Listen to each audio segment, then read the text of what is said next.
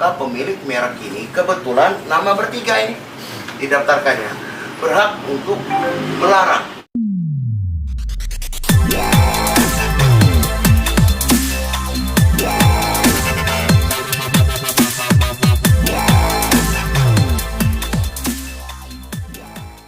Ya, jadi kisruh ini mulai rame berawal adanya bin Anima baru yang digagasi oleh salah satu basisnya, mengganti vokalisnya, drummer, dan personel lainnya. Nah, di dalam statement mereka yang seperti kita lihat bersama, bahwa band Anima baru tadi mengatakan kamilah yang asli, yang memulai dari awal. Ini kan sebuah pembicaraan pembohongan publik. Kalau kita berbicara palsu, palsu itu kan bahasa yang tidak pernah tunggal.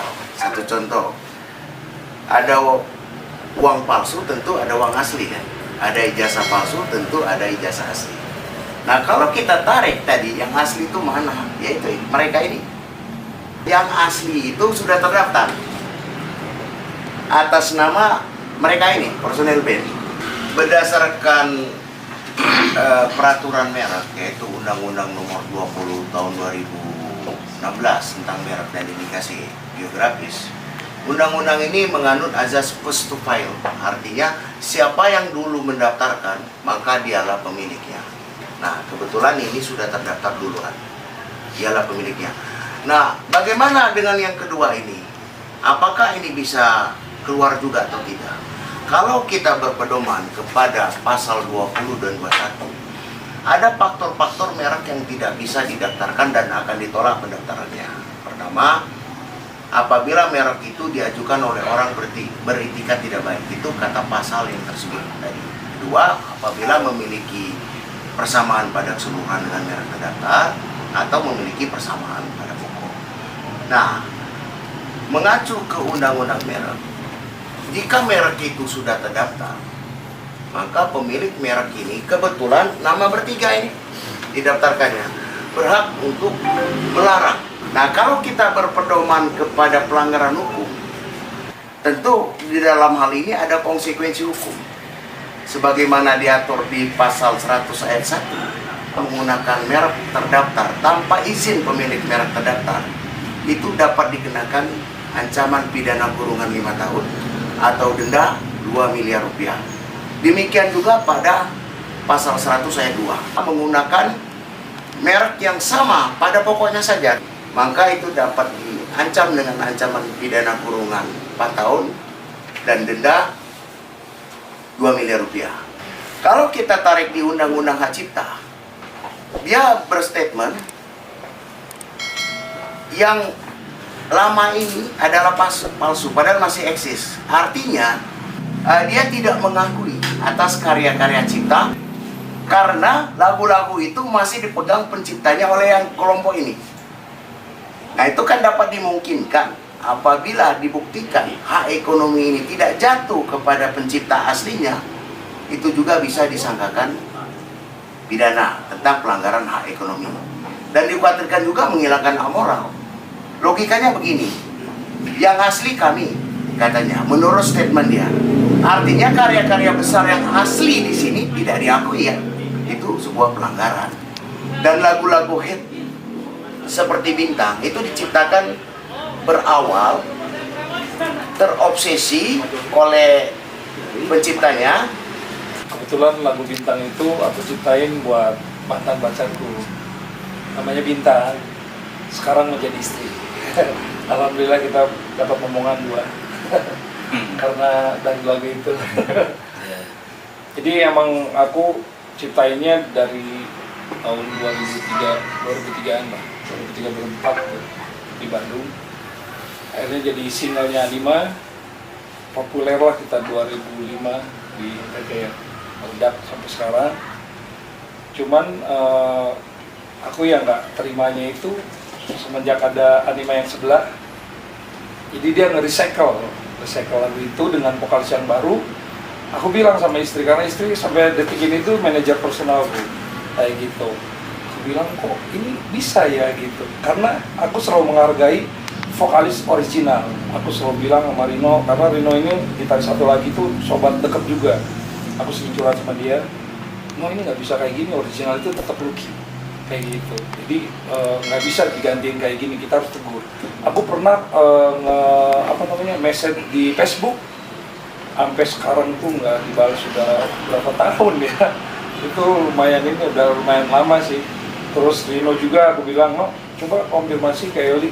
Ternyata Rino itu WhatsApp-nya itu diblok sama Eldi, Instagram diblok, aku nanya sama Lucky juga, mereka diblok semuanya gitu. Jadi ini ada apa gitu? Karena aku berpikirnya Anima itu ya originalnya ya ada Lucky, ada Rino, ada Engkan, ada Andri. Aku selalu bilang, ayo kita soan yuk sama Eldi.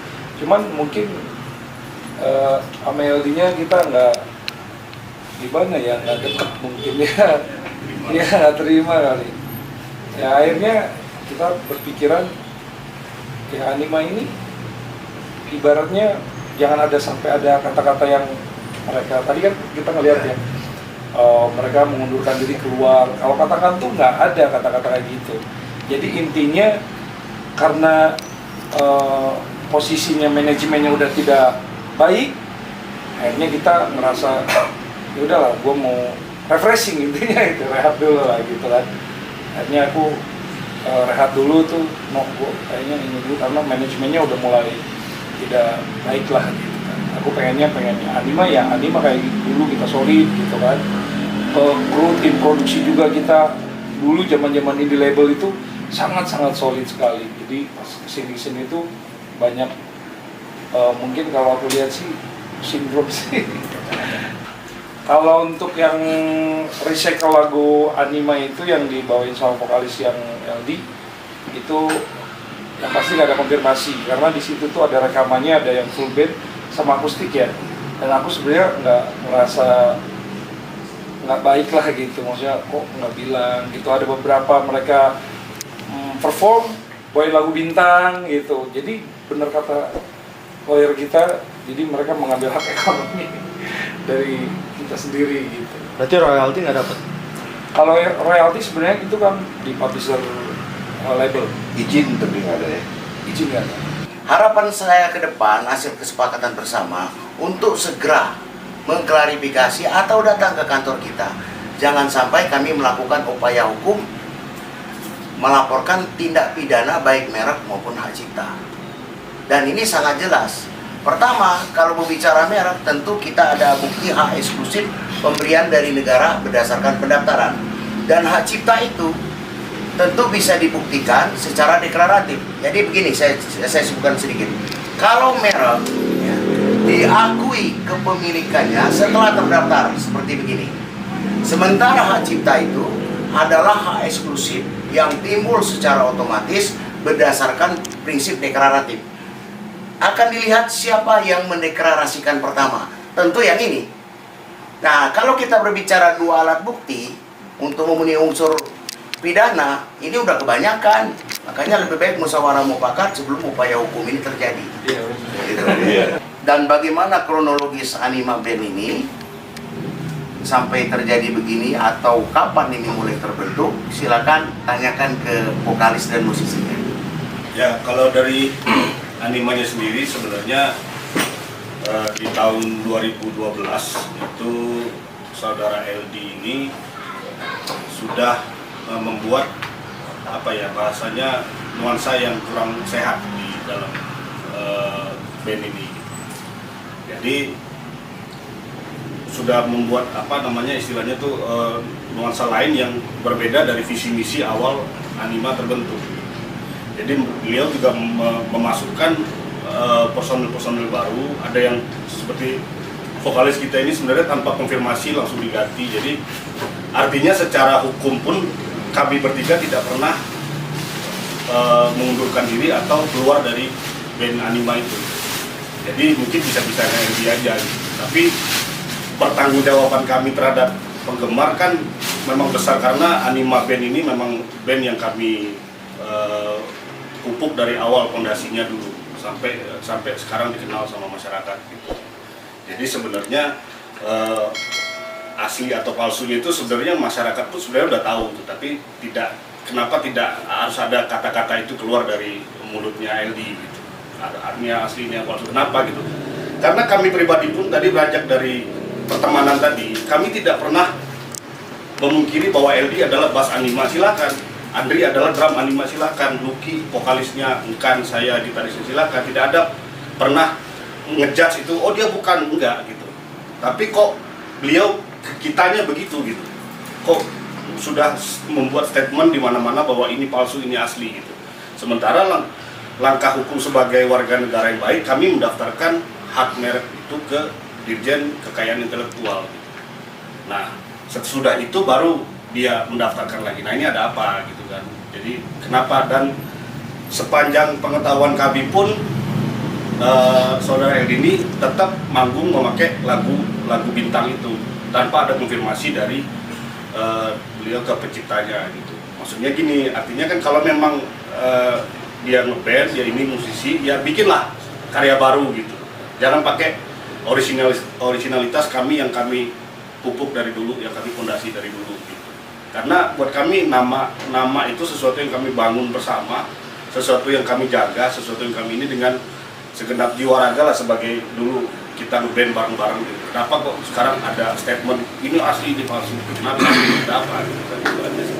Anima itu sebenarnya adalah pemberian nama dari seorang teman, sahabat kita. Dan kami bertiga pun sudah mengkonfirmasi ke si pemberi nama itu, dan beliau juga sudah menyerahkan hak penuhnya kepada kami, dan kami juga bikin suratnya untuk karena kenapa itu kami lakukan, karena ada gonjang-ganjing seperti ini gitu. 2014 itu kan aku terakhir bukan keluar, jadi maksudnya LD ini masukkan manajer baru, dan di dalam intern itu LD dan manajer ini bikin strategi-strategi yang visi misinya bisa merusak nama Anima itu sendiri. Nah, aku di situ dulu kurang setuju, bahkan sampai latihan nggak datang segala macam. Akhirnya pada saat itu tiba-tiba ada vokalis pengganti di dalam. Nah, dari semenjak itu dia rekrut personil baru, mulai vokalis, gitaris, drummer, semuanya. Itu udah sering saya pribadi udah sering ayolah sambung silaturahmi lagi, kita ngobrol lagi gimana baiknya. Tapi memang tanggapan dari pihak LD-nya memang mentok ya, blok nomor WhatsApp, IG, segala macam di blok semua. Jadi memang usaha itu lumayan mentok. Sebelum upaya hukum ini lebih meruncing, agar segera mengklarifikasi, mencabut semua digital yang ada di platform digital. Kalau tidak, ya dengan sangat terpaksa upaya hukum akan kami jalankan.